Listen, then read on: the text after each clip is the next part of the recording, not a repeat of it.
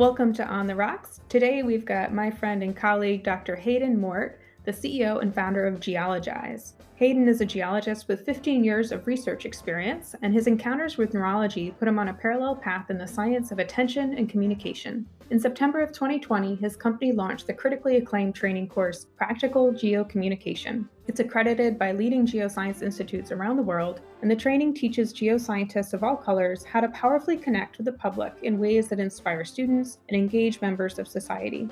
The goal is to shift the highly negative public and political perception of our field and get more students into the geosciences. We have a lot of fun on the episode today. Hayden does a live critique of 3 mining and exploration companies' social media profiles, and I learned a lot. So pour a glass or a cup of coffee and let's dive in.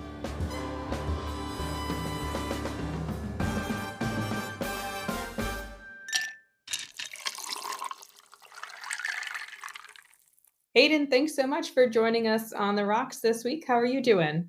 I am great. It is a pleasure. Thank you for having me. Yeah, we're excited to have you on a really interactive topic for this episode.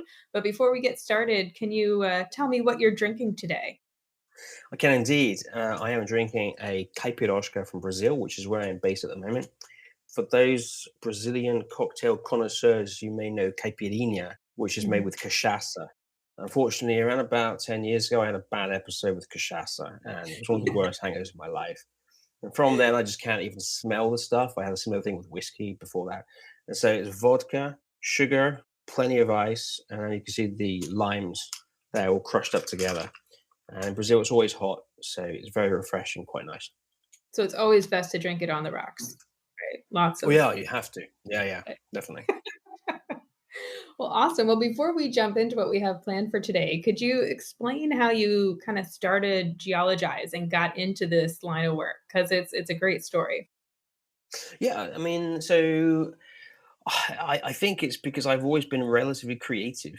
It's always been a side. I've always loved this dichotomy between humanities and science. My mum's a artist and musician, and my dad's a chemist and scientist, and so this collision between the two, hemispheres of life essentially is part of my upbringing. And I went into science and the earth sciences, geology, and that was fantastic. And I love pushing the boundaries of knowledge, that kind of stuff. But I always felt there's something missing. And we're never really taught in academia to be artistic and to Mm. communicate with the general public, only amongst ourselves, which is by definition echo chamber, right? And so I always looked for ways to communicate with the public. And to do that, you have to be creative. You have to do it in a way which creates emotion in the audience. And I just found studying neurology, which I also am very passionate about, creative ways Mm. to do that from first principles. Yeah, using the apparatus that everybody has, the human brain. How do we create emotion? How do we shift opinion? How do we change hearts and minds? How do we actually, create that emotional resonance that people have when they really connect, truly connect with a subject? And I started social media. It was Mm. very good. It was very successful and during the period that I had it. But I realized that in order to put food on the table, because it was becoming a full-time job, Mhm. you need to be kind of up at like 500,000 or 1,000,000, 2,000,000 people, and to get lots of brands coming on board. And I didn't have the time with a family to dedicate the time to do that. I knew I could do it if I did, but I Mm. didn't have the time, the resources to dedicate to that. So I thought, well, kind of it's a handful of us doing this on social media and on TV. Wouldn't it be powerful if I could give all these tools en masse Mm. to geoscientists? Because we're not taught to speak to the public. We're expected to do it as part of our outreach, get a pat on the back from the head of department. Companies are pretty hesitant at letting their employees do it. But if I could actually give these tools to the to the geoscientists, I felt that that would be a much more effective way than actually going it alone. So nobody else was doing it. I decided to make a business out of it, and that business is Geologize Limited, and that's what I'm doing now. Yeah, which I just think we've talked a lot about these same themes on the podcast. So it's really great to have you on here because not only our listeners, but we have so many guests come on the rocks who say they want to change the perception of the mining industry or they want to bring new people into the industry. but they either don't know how to go about doing it or they're not doing anything about it, right? Even if they Yeah. have some Yeah. ideas. So this is a great thing on this episode to talk about Geologize 3.0. And, we're actually going to have you give some tips and critiques on three companies that agreed to participate. They all opted in and said they wanted a kind of social media communications critique on the podcast, and for you through that to give some real specific tips on how individuals and companies can really start to work to change the perception of the industry, but also their companies and their projects, right? Yeah. Yeah, exactly. That's gonna be great fun. Yeah, so hopefully they all knew what they were getting into, and we are grateful that they said that, yes, they wanted to participate. So I'll give a quick shout out to the three companies that we're gonna talk about today. Ridgeline Minerals, Chad Peters, their CEO, has been on the podcast actually himself, Golden Rim Resources, and Lamico Metals. So we're excited to hear what you think about those three companies and what they're doing, and maybe what your recommendations would be. Okay, so this is purely, you could take it or leave it advice. Yeah, this is advice which, and to be honest with you, the pitfalls that these companies may or may not have fallen into are very, very common. Okay, Mm. very common indeed. There is a lot of variation between them. Well, it says only three, so it's not exactly a representative sample set. But I just want them to understand that this is really to help them as a company. And when I say help them, I'm not talking about just getting a social license to operate, but also at least two of them are very, well, actually all of them, to be honest with you, all of them have a very strong emphasis on pleasing their shareholders, which is obviously important. If you're you're a listed company, you have to do that.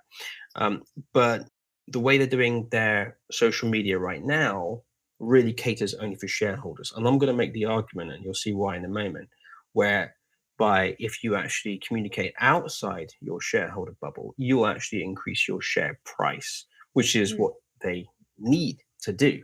So it's not a zero sum game. This is something which could be manifestly beneficial to each of these companies. So I'm going to take them in the order that I received them.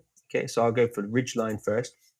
So it's a relatively new company, 2018. So it was listed about 2 years ago, I think. So the important thing about this company is discovery only. There's no intent of production here. The Mm. idea is that they make a discovery and then they hand it over to a larger company, such as Nevada Gold Mines, and they're based in Nevada. So right now, it's very clear that they aim at investors with their outreach. Mhm. Their investors are there to finance their exploration and discovery work.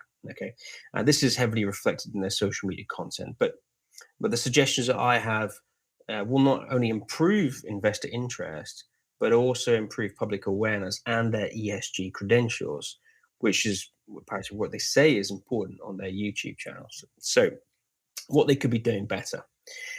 I'm a big fan of Instagram. The last post that Ridgeline put on Instagram was 80 weeks ago. Okay, Right. 80 weeks ago. I would invite them to think of Instagram as a kind of a powerful ESG tool to engage both shareholders and the general public, which also impresses shareholders, by the way. If you're actually reaching out and engaging with communities affected by your operations, shareholders like that. Okay, use stories to engage shareholders and the public directly. You build relationships. You should be able to build relationships with geo influencers.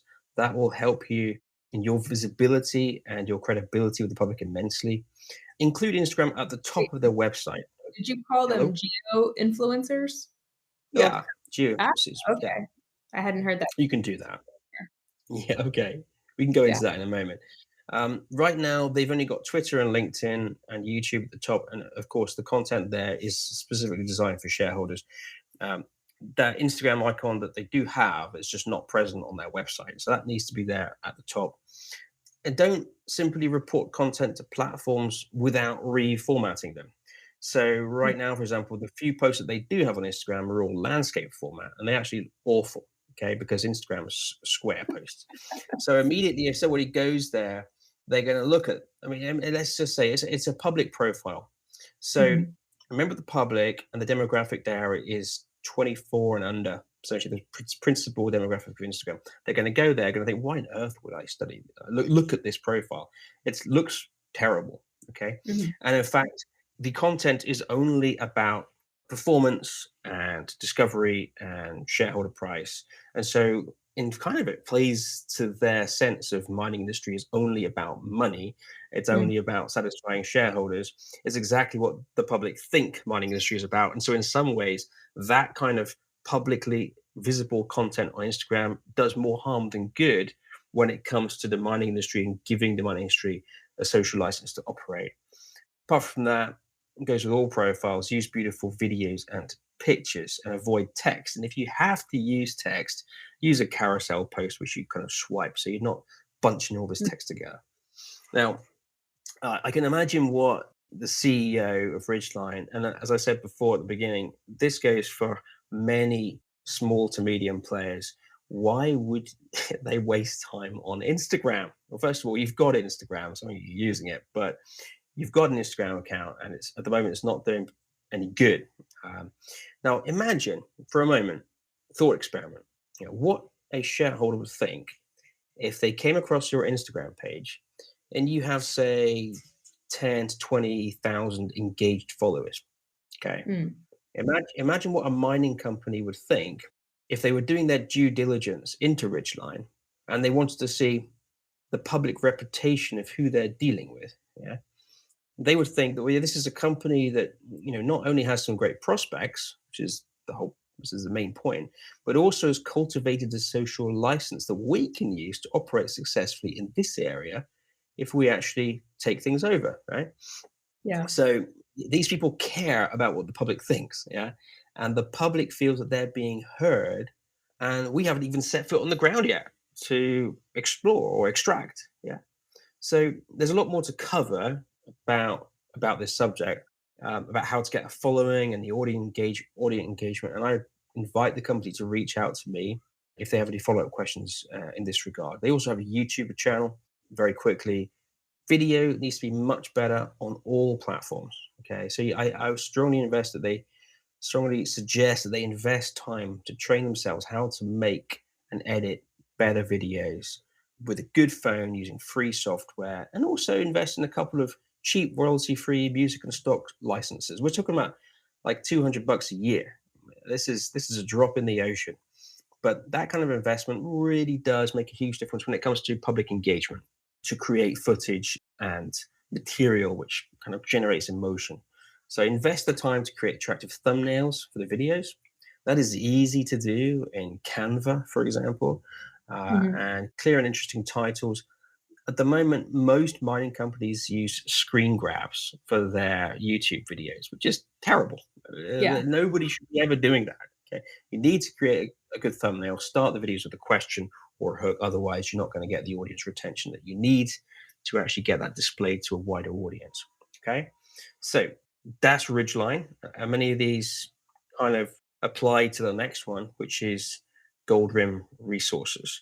Do you have any questions just on the very first one? Does that make all sense? All make sense? Say, so it sounded like your suggestions for Ridgeline were to focus on better quality social media, right? In terms of Yeah. Instagram specifically, and to really broaden out and understand that stakeholder engagement is beyond just investor relations, right? And I think that's such Yeah. a really important point because in the mining industry, investor relations is its own really specific job that, I mean, most companies have an IR person or team, and their job is talking to investors.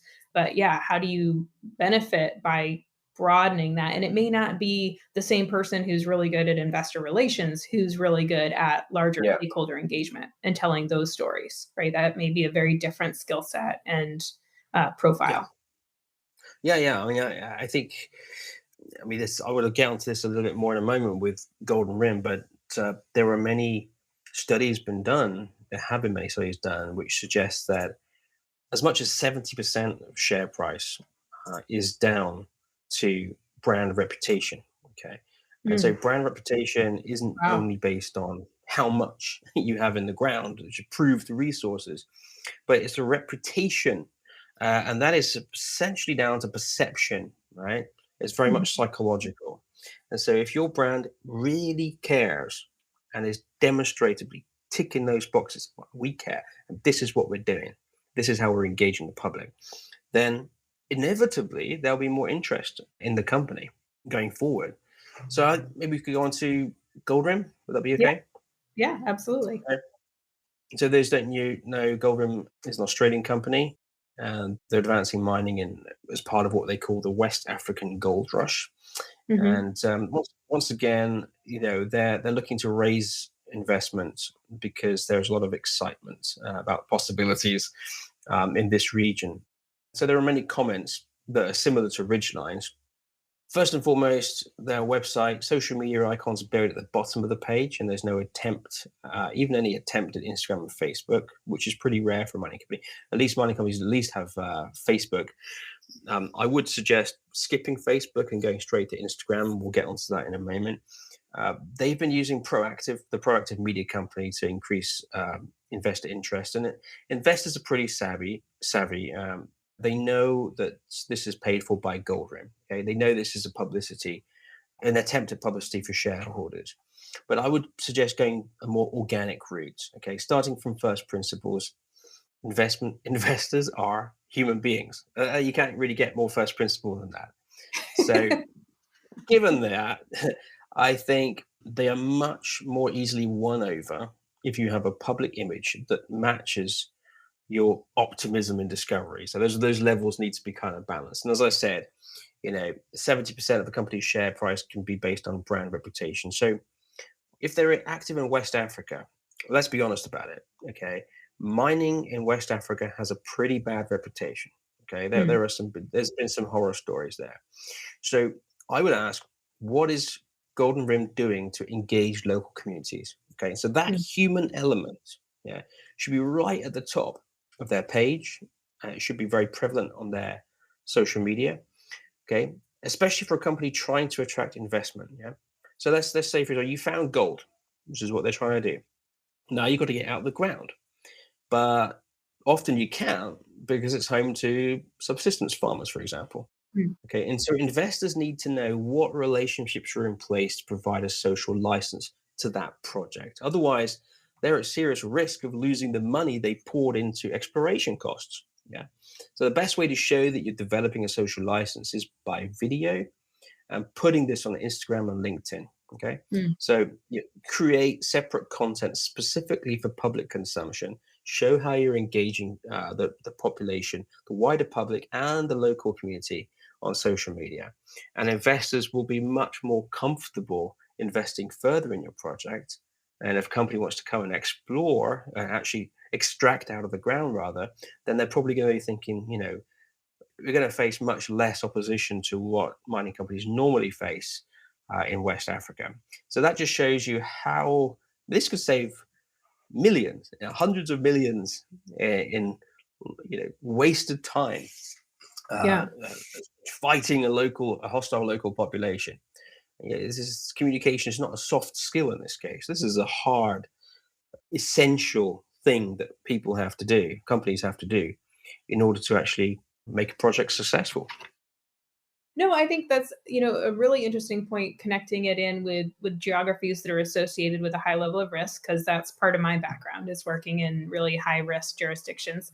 And I think something that mining and especially exploration companies don't focus on enough is telling the story, right? I Mm, mean, what an adventure to be exploring for gold in West Africa, right? You are in yeah, amazingly beautiful, cool places that, I mean, people love to follow along with travel influencers, food influencers, as they travel around the world and go to some of the same places that we work in as an industry. And yet we don't yeah, highlight the amazing adventures and experiences that you have with your local partners and colleagues, especially right when you're yeah, working in these places. I mean, it's so much fun, and you really do yeah, yeah, a lot of crazy adventures, some of which the company may not want on their social media profile, but a lot of it that really highlights what does it look like to do exploration in some of these places. My guess is it's way, way different than what people would think if they weren't part of the industry. I mean, who else gets to, climb mountains in these types of countries looking for gold and camp out for months at a time and be there, yeah. I mean, it's so different than people expect, and you can tell so much of that, like you said, through social media interactions. Yeah. Yeah, and I completely get that especially the bigger companies, their human resource departments get all touchy when employees start doing live streams and videos in the field. They can't disclose locations and stuff like that. I completely understand that. But there must be a framework. There must be a middle ground, okay, Sure. where, people are able, boots on the ground. Because remember, in terms of trustability, is that trustworthiness? I'm sorry, Mhm. trustworthiness amongst the public. Companies score a similar percentage to governments. There's like about a 54% trust. It's pretty mediocre. Mm. But individual scientists in this case, score upwards of 75%. Okay, so Mm. if you are going to want to connect with the public, don't do it at a corporate level. Yeah, Right. don't do it as a company brand because you're a mining company. No one's going to trust you. There's a terrible image already. Okay. Yeah. So allow your boots on the ground geologists or whoever freedom Mhm.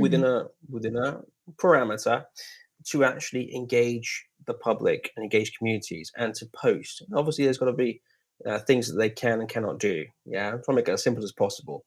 Yeah. But that has to be done. There has to be Mhm. flexibility there. And I would add one more thing. Um, be open about the stuff that is going not so right. Okay, be open about potential conflicts. Be open about the biodiversity that is there. It would be Mhm. great if a mining geologist were to go to a place and actually talk about something apart from mining. Yeah, talk about something which is That's not tough. about this is yeah I know but they Mhm. probably got their background in the earth sciences. They love the natural world. I don't know any mining geologist who doesn't love nature.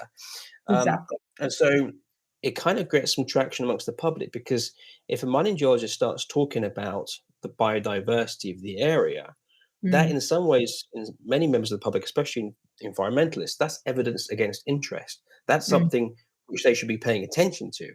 Whoa, okay, actually do care about that kind of stuff. They Yeah. do care about local communities. They are mindful about the impact that they might have in the future. That kind of transparency and human openness generates empathy in the audience in local communities, and you start to acquire a social license. Yeah, so that's really essential, and mining industry just doesn't do that at all. They have to do that. Okay. Yeah. That's such a huge misperception of people in the industry that they hate the environment or don't care. Because 'cause you're absolutely right. Most people, like myself, get into geology or mining because they like to be Yeah, outside and they like to travel, you know? yeah, So, yeah, yeah, talk more about that, what you like and what you're doing. yeah, exactly. Yeah, exactly. Should we go on to, is it Lamiko Metals? Miko, and I forgot to mention at the top that Belinda also has been a guest on The Rock, so you've got 2 OTR companies. Awesome. Yeah.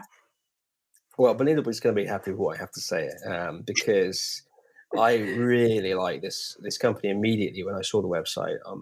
Because it's not about mining prospects. It's actually, they don't present it as we're a mining company and this is how important and great we are. It's about the vision that's linked to mining. That's what Mm. it's about. It's about the low carbon future powered by critical minerals. Yeah. So immediately shareholders who visit that, they think it's not just about the money. This is about the Mhm. future of humanity. Yeah. So there's a human element to this. So Mm. their Twitter handle is Lamiko Metals, but their name is headed Green Economy and Electric Car Revolution, right? Mm. That's the big thing that everybody sees. So again, it doesn't come across as particularly the emphasis is not on extraction. It's on what the extraction is going to provide society, how it's going to benefit society. So they clearly take their social media very seriously. Instagram is formatted correctly. It's color coordinated. They have land acknowledgements at the top of their Instagram link tree. Their Mhm. CEO states on somebody else's podcast, I would say that we are a people first company. She says that means that Mhm. they need to learn to communicate with communities affected by mining more effectively. So they really do care. They have a land acknowledgement, which other mining companies don't have. Mhm. That land acknowledgement is not just a, like, oh, we acknowledge our traditional landowners, past, present, and future, and then we talk about mining. it's actually really thoughtful because they actually involve the First Nation population in creating something, creating art, creating something which is actually meaningful in their acknowledgement. So that participation, that community participation, is incredibly strong for Lamico Metals. Very impressed. Posts, they do use reels, stories, highlights, not very much, but they do use it. The posts are very text heavy, but at least they're clear. And I would say that, given how many followers they have, which isn't too many, but pretty good for a company of their size, their engagement rate is pretty low, which is about 0.8%. So for those of you who don't know what engagement rate is, it's simply the number of people who have interacted in some way with your post compared to how many people have actually seen your post. And how do you see the engagement rate? How did you see that statistic? Well, you simply click on how many people, you actually click on the number of likes, and because there's actually Mm, not very many likes, I can simply add them up. If there's thousands, I wouldn't bother, but you can actually count how many likes they have.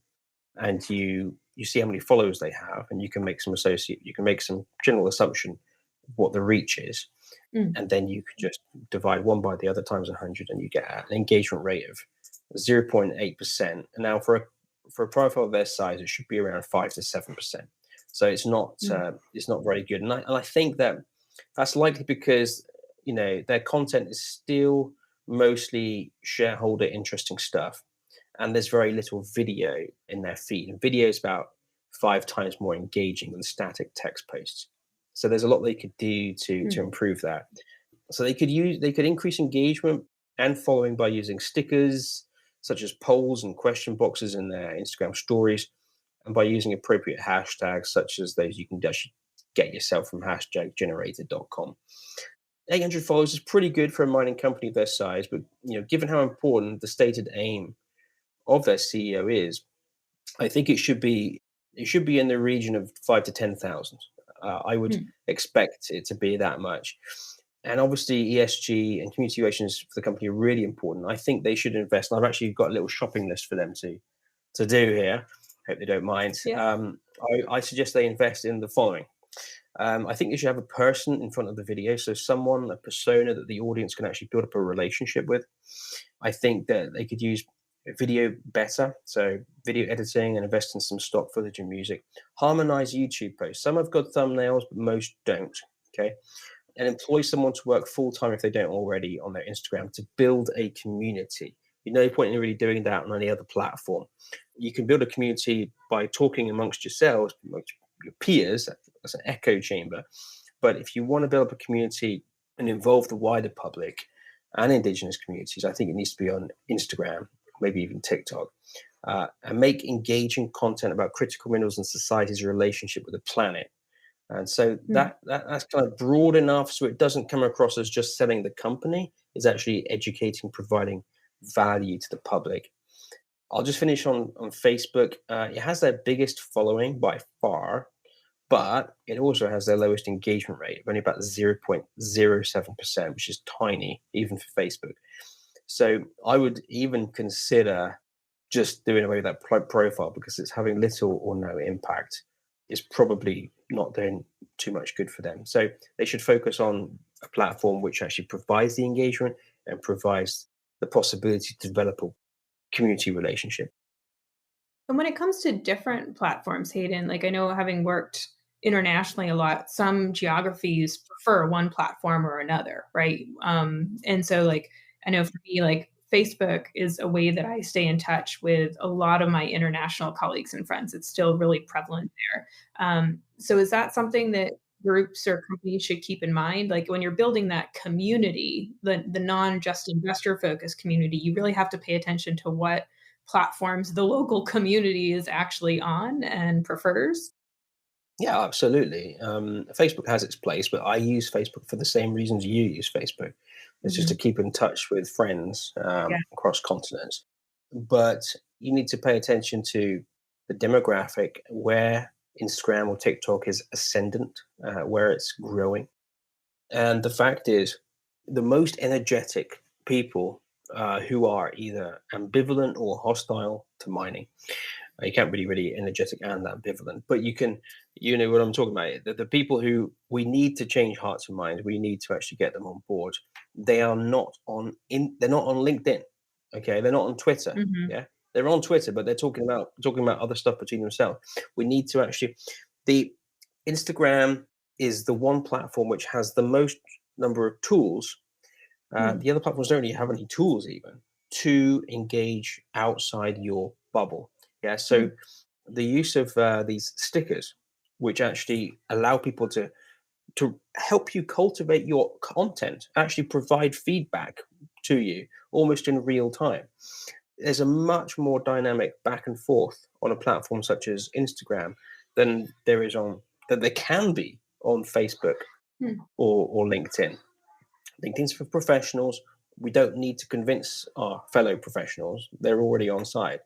We need to be on a platform where the demographic does care and is often hostile to mining. And those are the places, such as in Africa, such as in Latin America, where Instagram is huge. Everybody's got it. So that's why I'm suggesting to these companies to invest more time in the right platform and do it correctly, get it right. And you brought up TikTok. All right, so Jess Scanlon, Right. who leads our new media, always laughs because I told her at one point we need to be on the TikTok, right? As like a not the age demographic for your typical TikTok creator, at least maybe user. But like, so how does something like TikTok integrate in with this? That's relatively new and very video focused and short video focused. Like, are you Yeah. seeing companies start to use it in the mining industry, or how should they use it? Very little. If they do have it, they are using it as they are using Instagram mostly as a box ticking exercise for Mm, shareholders. You know, shareholders, oh, they got Instagram and TikTok. Oh, that's good. Yeah, nice. But they don't actually see. And I've actually spoken to some CEOs and they've got Instagram or TikTok. And I've said, oh, just chatting on Zoom, I see you've got Instagram. And they were like, have we? Oh, yeah, yeah. Yeah. I don't know what's there. I don't yeah. know, but yeah, I don't know. It's more of a book. They're actually open. They actually say it's more of a box ticking exercise. I Mm, actually quote you. I quote you. A CEO in Australia said that to me. yeah. And so it's patently not providing any value to the company. I don't think, other than a box ticking exercise, but doesn't really do anything. To be honest, Mm, it certainly doesn't improve public perception. In fact, it damages public perceptions when people just see high vis jackets and heavy machinery. mhm. That's people just thinking that's what mining is. I'm going to stay away. Exactly. So yeah, TikTok is a tricky one because, as you said, it is exclusively short based videos, and the only way that you can really use TikTok in terms of an educational way is by using apps on your phone which actually allow you to move your head around and explain a map behind you using a green screen and all that kind of stuff, and you don't have very much time to do it.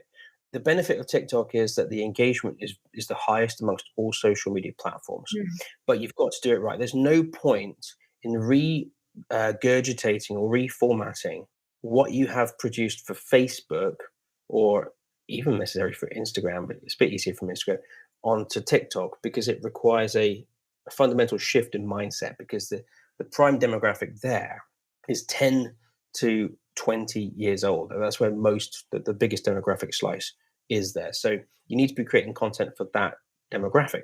yeah. Otherwise, your engagement is going to be low. Yeah. Mm, But again, that's kind of important because of the mining industry states that they are really worried about the talent mhm, pipeline, which is actually blocked. There's not enough bummers on the seats at university. yeah. And the way to unblock that is to reach the next generation who have yet to choose what to do at university. And they're on TikTok and a bit on Instagram too. So that's where they need to be if they're actually serious about changing public perception. And this is where I think it's a key issue with the industry is the industry doesn't really tackle these problems with one voice or collectively, right? I think other industries do a much better job of having like industry-wide initiatives to talk about things or address these issues. I haven't really seen the mining industry do that really well in many incidents, whereas again, other industries kind of will have initiatives that all the companies back and get involved in, but in that way, you don't have to be just doing it as one company. It's, what is the industry trying to address? The industry needs a pipeline of people who want to work in the industry and who want to come in and do this. And to do that, you have to start at that young age. I keep listeners of this podcast have heard me say a bunch of times, like, there aren't kid shows that integrate in geology and mining in the same way that, like, the construction industry, the medical industry, right? I mean, every kid knows what a doctor does, right? Every kid Yeah. knows, has a cartoon with a puppy dog, Paw Patrol. There's a construction Paw Patrol character right alongside the police officer and the fire department dog, right? Like, and yet for some reason, our industry doesn't have that kind of young kind of content that Yep. the industry should be integrating Yeah. in there. Kids love rocks. They love to collect. They do, they do, they do, they do. Then something happens at school. Yeah, They either fall out of love with it. They don't see the relevance, I guess, to yeah. their life. It's interesting that I saw a very fascinating. There's a big BBC science show in the UK called Horizon, Mm, and it's licensed around the world too. But there was a list of the top 10 most popular Horizon shows, and I saw a presentation with this, and the presenter said, which of these, they just showed a random names of the titles, which of these do you think was the most popular? So there was like Mega Tsunami, Super Volcano, mm, Genghis Khan Tomb, or something like that. Anyway, it was just lots of different stuff. Anyway, consistently across all surveys, the most interesting one, or the highest viewed, highest rated, was the archaeology programs. mm. And now there's a reason for that, and that's because archaeology is about a human story. It's by Yeah. definition a human story. So if we want to make the geoscience more popular, we need to create a human story around it. We Mhm. need to not just say, you see loads of videos, which are pretty educational videos, which are quite valuable. This is a stratovolcano. This is how it works. So what? Okay, this is going to help me pass my, K-12 or whatever it is in the States, or it's going to help me pass in GCSEs in the UK. But after that, how does it matter to me, right? What's the point? And so we need to be able to craft human stories around geoscientific Mhm. subjects. And that is called geologizing. I guess where the namesake of my company comes from, which is what I used to do on social media. Yeah, Mm. you take a subject which is apparently disconnected from geology and you slam it together with geology and see what happens, right? So I would do this to loads of the. I did it to Donald Trump. I did it to cake. I did it to wine. I did it to all kinds of things. When people were like, "Wow, this is amazing!" Kate Larson, groovy geologist in the US, got over 500,000 followers. Her most popular video by far was Mm. engagement rings. What would a geologist buy? It is an amethyst, and so she's basically talking about a subject which everybody's familiar with, nobody Mhm. associates typically with geology, and then she's slamming it together with geology, giving some content and helping people feel connected and invested to the world through a human element. Yeah. And the mining industry needs to learn how to do that, because it's really only about investors, and this is how much we got from the ground, and they don't care about Yeah. anything else, because that's where most of the money comes from, and they ignore the fact that they're losing globally billions, I would argue, billions of dollars, because they don't really care about connecting emotionally with the public. Mm. So it means that empathy is actually worth a lot of money. Okay, and Yeah. and I think they could do well to invest in a bit of empathy. Well, and I think that's where, if you zoom out from a specific company and investor relations, like, the fact that there are investor groups out there that will not invest in mining and exploration companies because they perceive it as a negative sector, right? Like, as a category, Yeah, you can't adjust that. You can't convince those groups to invest in a specific company or a specific project unless you convince them that investing in the sector as a whole is okay. Right? And that's where, yeah, getting that, building that empathy, talking to society as a whole is so important, because we can't build all the minds that we need for the future everybody wants with the same amount of capital that's in the industry right now. Right? I mean, the yeah. numbers don't work. So if the industry wants to go find and build more great projects, we have to attract non-traditional capital. And you can't do that if we talk about ourselves, our industry, our projects the same way we've been doing for the last several decades. Yeah, yeah, and I've heard people all over in the mining industry, even on your podcast, Mhm. saying, what we got to do is we got to just help people understand that if it wasn't for mining, you wouldn't have a smartphone. Right, You know, right, and if it's not grown, it's mined. And people just have to right. understand that. That's not my humble opinion and respectful to your previous guests and everything like that. Yeah. Is not actually the way to do it. You need to actually do it. You have to have some lateral thinking, connect Mhm. emotionally. Don't tell people how important we are, because if we accept, and I think we all do, that most people have a poor perception of mining, even hostile, then that point of view simply comes across as, you need us. You should be grateful. And that's it. That's arrogant. That's what people feel instinctively when you hear something like that. So we need to be careful about that. And just to emphasize how, it's probably quite a strong word, toxic mining's Mhm. brand is right now. Even what I called geo influencers. Now, people with millions of followers on Instagram who love the geosciences do this outreach for pennies, right? Because Mhm. they love it so much. I've actually asked them hypothetically, because I'm well connected with these people.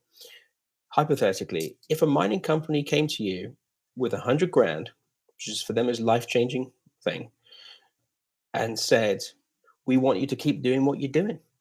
We don't have to. You don't have to shout us out. Just keep doing what you're doing because we know what you're doing is important for geology, and it will be important for mining industry." The answer, they wouldn't accept the money. They wouldn't accept the money because they would be so scared that if their Mm. followers found out that they'd accepted money from a company that could have accidentally blown up some, sacred cave or Right. accidentally had a tailings dam tragedy, that if that had been linked back to them, they would lose all their credibility and their Mm. followers would just abandon them. Yeah, and they wouldn't have their own brand anymore. And they're geologists. Yeah. They're geologists. How can we? How can we actually? So transparency. I mean, the mining industry needs these influencers. Yeah, these influencers suffer burnout. They quit. They Mm. stop doing. They make these valuable content because they are, in a large part, actually sustaining geoscience departments around the world. Actually, getting children to go to university to choose geology, Mhm. and we need to be able to support them somehow. But they're actually, you think that the public, if they are suspicious of mining companies and they don't want to accept money with no strings attached, imagine how skeptical the public is, right? Yeah. And I wonder, how much of that is tied to actual things that companies have done wrong, which there's a long list, right? And especially looking Yeah. back historically, versus misperceptions of, I mean, it's such a challenge because you wouldn't have social media influencers refuse to like promote a beauty product that 10, 15 years ago No. had an issue, right? Whereas I would imagine some of those same geo influencers, there may be companies that have done things in the past that they still wouldn't want to be associated, even if the companies have changed and adjusted. Exactly. So these geo influencers, they will work with camping brands. They'll work with water bottle companies or whatever health product. If they can work it into their daily routine, that if they would endorse it themselves without being paid, like Mhm. recommend it to a friend, then they are Yeah. happy to put it into their content, work it in there somehow, declare it. But it sounds weird that a mega massive company like Rio Tinto, for example, who are awfully careful about doing due diligence with whoever they deal with, if they went to sponsor some geo influencer with 100,000 followers who makes almost nothing, then that geo influencer, the tables would be turned in this case, and that geo influencer would do due diligence into Rio Tinto, right, and find them wanting, right, Mm. and I can't take your money. Yeah. That's how much they care about their brand and how much they care about their audience. Mm. Um, so it doesn't. It seems all wrong. It seems all messed up. You would refuse such a huge amount of money, but they would. And I know they would. Um, there's a lot of work to be done. I think the bottom line is there. We probably leave it there, but there's a lot of work to be done in terms of gaining confidence amongst the general public and amongst geologists on social media.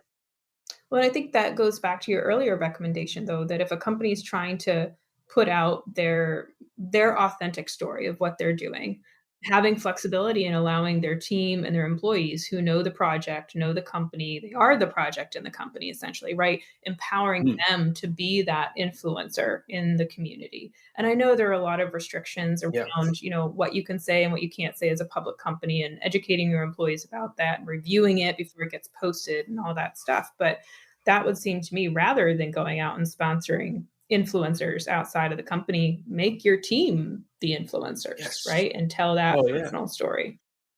Absolutely. Empower your teams, give them the communication training that they deserve to actually be able to make a powerful impact. There's no point in a mining company saying to their employees, you got to get out there and be enthusiastic. They don't even have the tools to do it. They don't even know where to start. Yeah. But I would say that it's not a lost cause with the influencers, just because I think that Lamico Metals, for example, seems to be outstanding, and Mhm. their ESG credentials are, from my point of view, pretty impeccable. And I think that they would pass an influencer due diligence test with flying colors. And I think that there wouldn't be any problems there. But I think you're right that as a first port of call, first order of business, they could well do with training their employees and Mhm. giving them a structure and some do's and don'ts. Go out there and do your best. Okay. And there's Yeah. and there might be even some rewards for you in this, some incentive to do it. So I think that's a good idea. And tying it back in, of course, with why you created Geologize. I mean, that's something that also companies can do through you, right? I mean, if they want their teams to get trained up on how to communicate about this stuff in a better way, you're a great platform for them to do that. Well, I appreciate that. Thanks for the shout out. But in fact, many do that. Mhm. So if a company comes to me and say, I want to have your training for our staff, I will say, absolutely. This is how much it costs. However, would you think about sponsoring a university? Mhm. Because then the next generation, these undergrads who literally a phone is almost an extension of their body, who are Mhm. actually there, almost born to communicate, they then have the tools to go out and make a difference. And let's be honest, they're probably a much more credible ambassador for the next generation than we Mhm. are, right? And so what happens is, let's give an example. For example, SRK Consulting, they just sponsored the rest of the Australian universities, about 12 Australian universities. As part of that deal, they received free training for SRK Global. So every SRK employee around the world gets free training now because of that. And Awesome. so Yeah. everybody wins. Yeah, the industry wins, the universities win. I get to put food on the table. Everybody wins, and Yeah. that's it's a pretty good system. Yeah, Yeah. Cool. That sounds like, I mean, I would just imagine a great way to do that too if companies are working again in communities where there are universities or programs where they could also do that as a sponsorship for a local university, right? yeah, And yeah. local programs. Often the Yeah. universities are local, exactly, and it's important for me that not only developed countries get this, because I know developing countries often don't have the resources to do so.